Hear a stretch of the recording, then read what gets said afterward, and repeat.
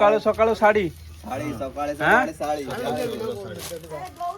ଆରେ କେତେ ମାନେ ତମେ ଏତେ ସକାଳୁ ଶାଢୀ ନେଇ ପଳେଇ ଆଇଲଣି କଣ ତମେ ମାନେ ସବୁ ଶାଢୀ କିଣିବ ନା କଣ? ଆରେ ଗୋଟେ ଚିନିବ ଓଡିଆ ଫୋଡିଆ କହିପାରୁନ ସ୍ତ୍ରୀ ଗୋଟେ ଚିହ୍ନିବ ହିନ୍ଦୀ ଲୋକ ଅଛି ତ ଓଡିଆ କଣ ଖାଉଛି ଆମ କଣ ଶାଢୀ ରଖିଲୁ? ଶାଢୀ ନବ 300 ଟଙ୍କା ଏଇ ସବୁ ଶାଢୀ ଦଉଛି 300 ଟଙ୍କା ଭାଇ ଏଇ ଶାଢୀ ନବ 300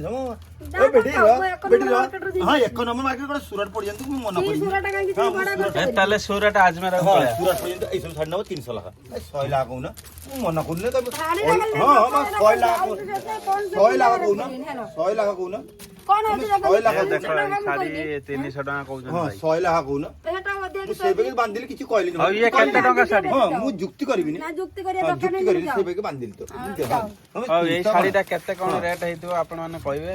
650 ଟଙ୍କା କମ ନାହିଁ 650 650 ରେ ଶାଢୀ ନୁହଁ ଇଏ କପଡା ଭାଇ ଭାଇ ଦେଖିଲେ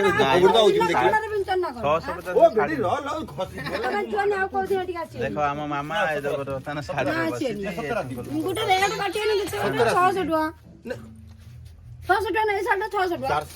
ବର୍ତ୍ତମାନ ଶାଢୀ ପାଇଁ ଇଏ ଯୁକ୍ତି ଜାକ୍ତି ଚାଲିଛି ଦେଖାଯାଉ କେତେ ବାଟ ଚାଲୁଛି।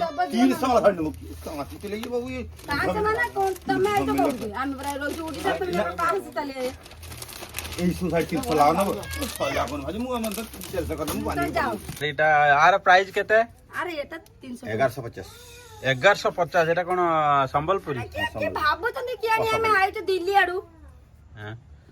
ଦେଖନ୍ତୁ ଇଏ ସମ୍ବଲପୁରୀ ଶାଢୀ ଆଉ ଗୋଟେ ବେଲା ଶାଢୀ ଦେଖିଲା ତାକୁ 400 ଟଙ୍କା କହୁଛନ୍ତି ଆଜି କଣ ମୁଣ୍ଡ ଟେନସନ ରହୁଛି ନା କଣ ଭଜା ଏଇ ଗୋଟେ କହିଦେଲାନି ଏଇ ଗୋଟେ ନୂଆ ବର୍ଷରେ ପିନ୍ଧିବି ବୋଲି ଗୋଟେ ଭଲ ଶାଢୀ ଖୋଜୁଛି ବଡ ଦିନରେ ତମେ ଆଇଲ ବଡ ଦିନରେ ଆଜି ଶାଢୀ କିଣା ଚାଲିଛି ଦେଖାଯାଉ କୋଉ ଶାଢୀ ଆମର ରଖୁଛନ୍ତି।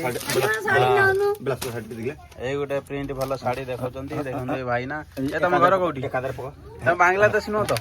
ହଁ ମୋର ବାଂଲାଦେଶୀ ନାଇଁ ଭାଇ ବାଂଲାଦେଶୀ କହିଲା ମାନେ ମମତା ଦିଦି ତ ଗୋଟେ କାଢି ଦଉଛି ତମେ କେମିତି ପଳେଇ ଆଇଛ ଓଡିଶାକୁ? ହଉ ବାଂଲାଦେଶୀ ଯଦି ନୁହଁ ବେପାର କରେ ଯଦି ବାଂଲାଦେଶୀ ସିଧା ଗାଁ ପଳ। କାଢିଦବ ହଉ